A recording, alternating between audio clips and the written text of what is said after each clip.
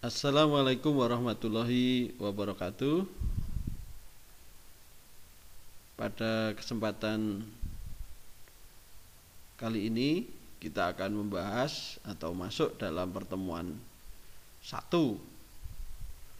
dari mata kuliah Teknik Presentasi Proposal.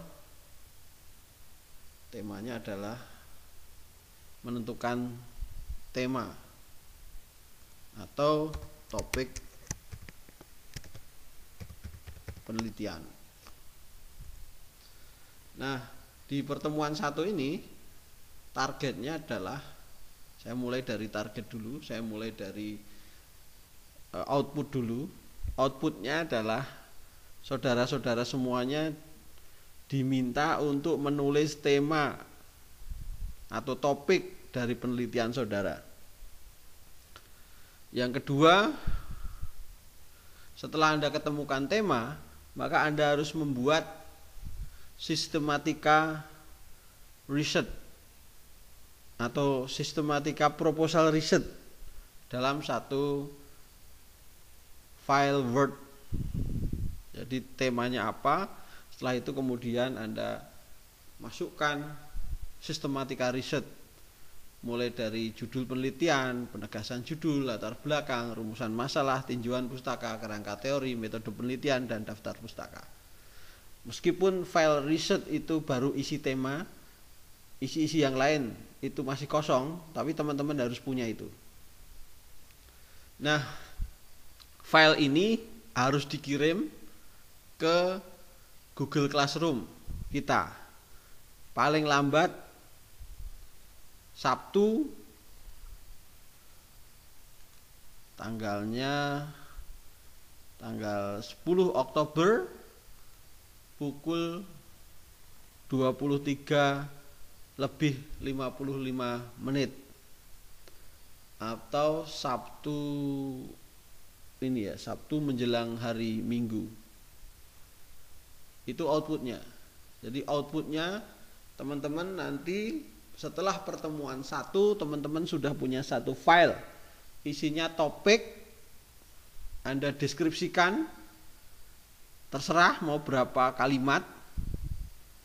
Kemudian di bawah topik itu kemudian ada sistematika proposal, mulai dari A judul, B penegasan judul, latar belakang, dan sebagainya. Kalau teman-teman sudah bisa mengisi masing-masing subjudul ini, lakukan. Tapi kalau belum ada, ya kosongi aja. Itu target pertemuan pertama kita. Setelah teman-teman paham tentang target pertemuan kita, maka saya baru akan menjelaskan tentang bahasan dari pertemuan pertama kita. Yang pertama, tema atau topik penelitian. Tema itu disamakan dengan topik. Kalau joknya, kalau tema ini kan perempuan, kalau topik itu laki-laki. Mbak tema, Mbak Ema, Mbak tema, sama Mas topik gitu. Nah, tema atau topik ini sebenarnya persoalan apa yang kemudian akan Anda teliti itu. Nanti tema atau topik ini akan mengkerucut menjadi judul. Misalnya tema penelitian saya adalah tentang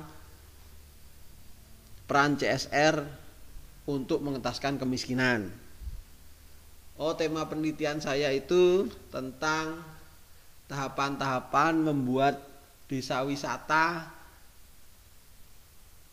di lereng Gunung Merapi. Atau langsung secara spesifik kampungnya mana. Gitu. Atau tema saya adalah peran pondok pesantren dalam memberdayakan santrinya sehingga dia kemudian menjadi mandiri. Tema saya adalah peran partai politik peran partai politik dalam pembangunan. Atau dampak pembangunan, kira-kira mega proyek bandara atau jalan tol terhadap kesejahteraan masyarakat. Atau Gojek dan pemberdayaan masyarakat dan sebagainya. Itu temanya. Anda harus temukan. Anda harus lacak, Anda harus segera temukan itu, karena itu akan menjadi titik awal dari skripsi Anda. Nah, tema ini tidak harus sempurna gitu. Tapi kalau kemudian kita akan membuat tipologi tema, gitu, urut-urutan tema, kalau kemudian kita analisis dengan menggunakan piramida struktur tema gitu, maka struktur tema ini bisa dipilah menjadi 3 tipologi tema ini. Yang pertama, yang paling unggul, yang paling bagus sebenarnya, kalau Anda ketemu tema atau Anda menemukan tema itu, tema risetmu itu, bisa jadi karena ini adalah tema yang menarik, karena tema itu muncul karena hobi kita, bisa karena impian kita, bisa karena dendam kita, bisa karena kita memimpikan pekerjaan itu di masa depan.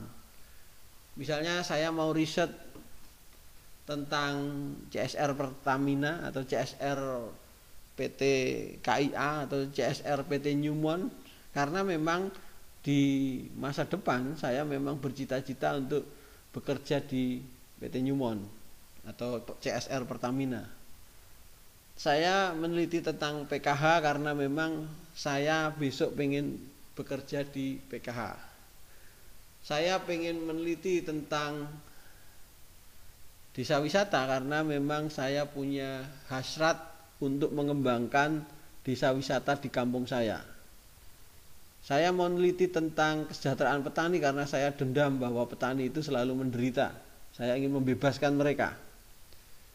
Saya pengen meneliti tentang kewirausahaan sosial bisnis ikan hias karena memang saya hobi ikan hias misalnya. Jadi kira-kira grading tertinggi untuk menentukan tema adalah sesuai dengan passion kita, sesuai dengan minat kita itu. Kemudian yang kedua, mungkin tidak, karena kalau minat itu terkait dengan kepentingan subjektif. Yang kedua ini sifatnya mulai objektif, karena mungkin kita tidak punya kepentingan terkait dengan tema itu di masa depan. Tapi kira-kira kalau saya meneliti tema itu, saya akan memberi manfaat kepada orang lain. Misalnya saya mau meneliti tentang ketidakadilan pasar cabai di Indonesia atau ketidakadilan pasar telur di Indonesia. Karena ketika saya bisa menjelaskan tentang ketidakadilan pasar itu, maka pemerintah bisa menindaklanjuti temuan riset saya ini sehingga nanti akan bermanfaat. Saya meneliti tentang mengapa terjadi kelitih karena ketika saya bisa menjelaskan terkait dengan penyebab dari kelitih, maka pemerintah akan mendapatkan banyak manfaat kan dari riset saya itu. Itu grading yang masih bagus saya pikir. Itu tipologi pembangunan tema atau topik yang masih bagus. Kemudian yang ketiga ada lagi beberapa teman ini yang sudah pasrah ya. Udahlah, saya membuat tema topik ini yang penting selesai aja. Karena bagaimanapun skripsi ini kan hanya sebagai satu bagian dari riset dari penyelesaian S1 gitu. Dan itu SKS-nya hanya 6 saja. Maka saya neliti yang kira-kira bisa saya teliti aja, cepat selesai gitu. Nah, meskipun kemudian ada 3 tipologi tema ini menurut saya, jadi yang terakhir tadi kan karena agak sedikit terpaksa ya. Tapi meskipun agak sedikit terpaksa, kita harap semua riset itu harus bisa segera diselesaikan. Ya, saya pikir maksimal 6 bulan itu kalau Anda serius mesti selesai satu kali riset itu. Nah, tema yang ideal lagi kalau kemudian sambil menyelam minum air. Jadi ketika Anda praktikum, Anda juga sudah membuat riset. Praktikum selesai, skripsi selesai. Nah, di kurikulum yang akan datang atau mungkin juga akan kena kepada teman-teman semuanya, tapi ini belum disahkan oleh senat fakultas dan universitas, bahwa nanti skripsi itu bisa diganti dengan jurnal Sinta 3. Nah, kalau teman-teman sudah bisa nulis jurnal, maka teman-teman tidak perlu membuat skripsi yang tebal gitu. Tapi ini belum diketok senat. Kita balik lagi, kita buat aja skripsi sesuai dengan passion kita dan cepat selesai juga. Ini terkait dengan tipologi tema. Nah, selanjutnya bagaimana sih mencari tema atau mencari topik yang baik itu? Ini secara teoritis saya ketemu ada 3 hal. Yang pertama, tema yang baik itu adalah tema yang diperhatikan banyak orang. Misalnya karena itu baru tren. Ketika di surat kabar membicarakan klitih, maka saya nulis tentang klitih. Ketika di surat kabar bercerita tentang bagaimana pemerintah daerah membuka pariwisata di tengah COVID-19, maka saya juga neliti itu karena banyak orang yang melakukan penelitian itu. Jadi sesuai dengan tren. Kemudian yang kedua, bagaimana mencari tema yang baik. Tema yang baik itu adalah tema yang menjelaskan kalau riset problematika riset itu kemudian tidak terjawab, maka banyak masalah yang tidak terselesaikan. Tapi kalau kemudian saya bisa menjelaskan satu masalah kepada masyarakat, maka masalah-masalah yang lain itu akan bisa diatasi atau dijawab. Bisa juga tema itu muncul karena ada satu lack of theory, ya. Jadi kebutuhan dari teori atau keputusan dari teori yang kemudian harus kita jelaskan dengan riset empiris, dan riset empiris yang banyak. Kalau kita sudah bisa membuat beberapa riset empiris bersama teman atau sendiri, maka riset empiris itu bisa akan jadi teori. Tapi prosesnya tentu lebih banyak lagi. Nah, selain itu ada hal-hal yang lain yang perlu diperhatikan ketika teman-teman mencari tema. Jadi kalau bisa, tema itu adalah sesuatu yang problematika. Sesuatu yang kalau bukan sesuatu yang common sense. Tema itu sebaiknya kalau tidak diteliti orang, maka orang tidak tahu jawabannya. Jangan sampai temanya itu tema yang gampang sekali diprediksi hasilnya. Nah, kalau sudah bisa diprediksi hasilnya, tentu tidak ada kebaruan dalam riset itu, tidak ada novelty-nya, dan itu menjadi hambar. Anda sendiri mungkin di tengah jalan bisa berhenti, ya, karena tidak bersemangat lagi. Yang kedua itu sesuatu yang baru, tadi sama dengan teori yang awal, sesuatu yang baru itu mesti menarik.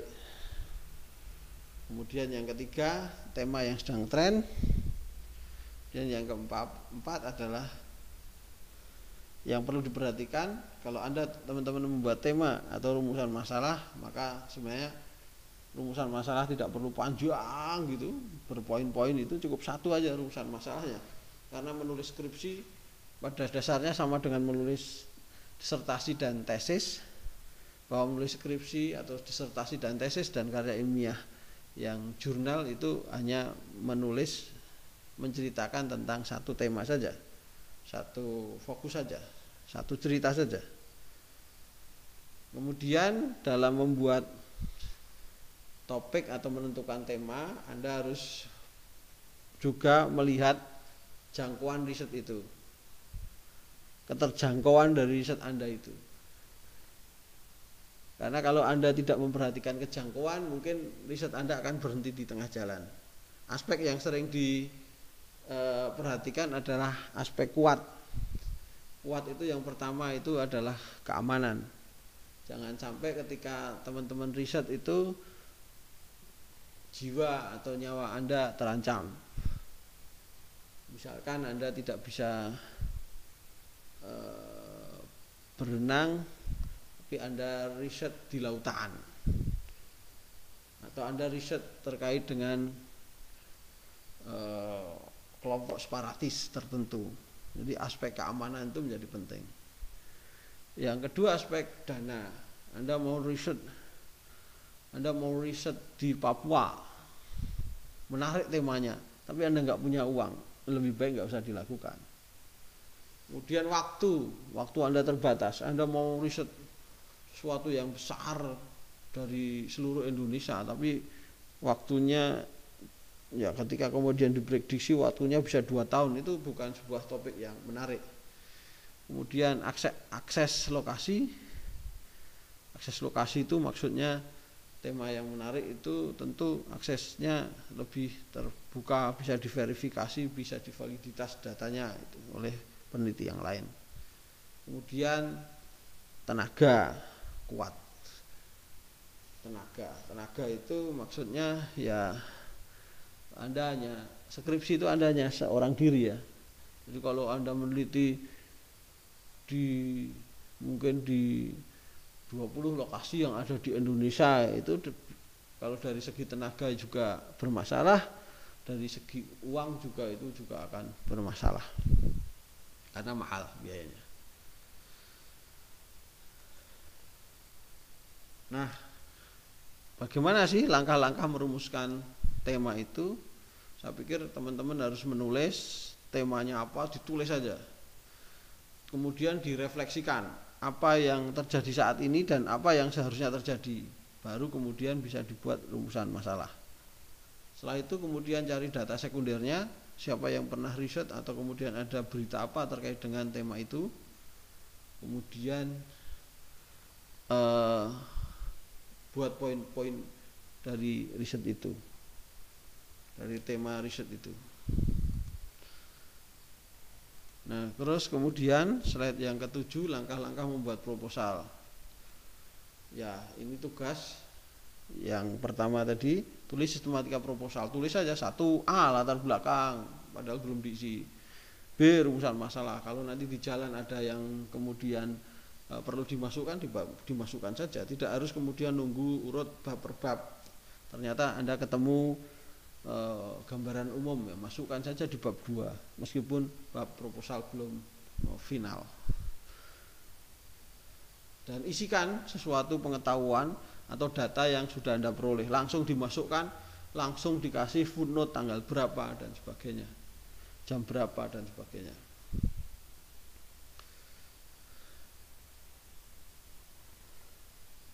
Ya, kira-kira itu yang bisa terkait dengan proposal. Terus kemudian yang juga perlu Anda perhatikan ketika membuat proposal, dalam membuat proposal itu ada sistematika, dan sistematika ini tidak bisa dipaksakan. Artinya kalau kemudian jadi artinya itu setiap lembaga itu punya kira-kira cara untuk menulis sistematika dari proposal itu. Cara yang satu belum tentu dianggap oleh cara yang lain itu. Jadi tergantung dari rezim di mana Anda akan menulis. Rezimnya di model di Visipol UGM dengan di sosiologi mungkin agak sedikit berbeda. Di Visipol dan pengembangan masyarakat itu mungkin sedikit berbeda.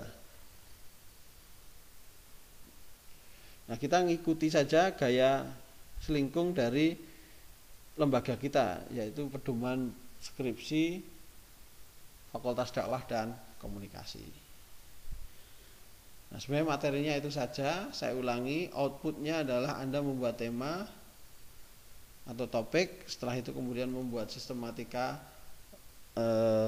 proposalnya. Nah, kalau sudah jadi Anda kirim maksimal hari Sabtu tengah malam. Mungkin itu saja pertemuan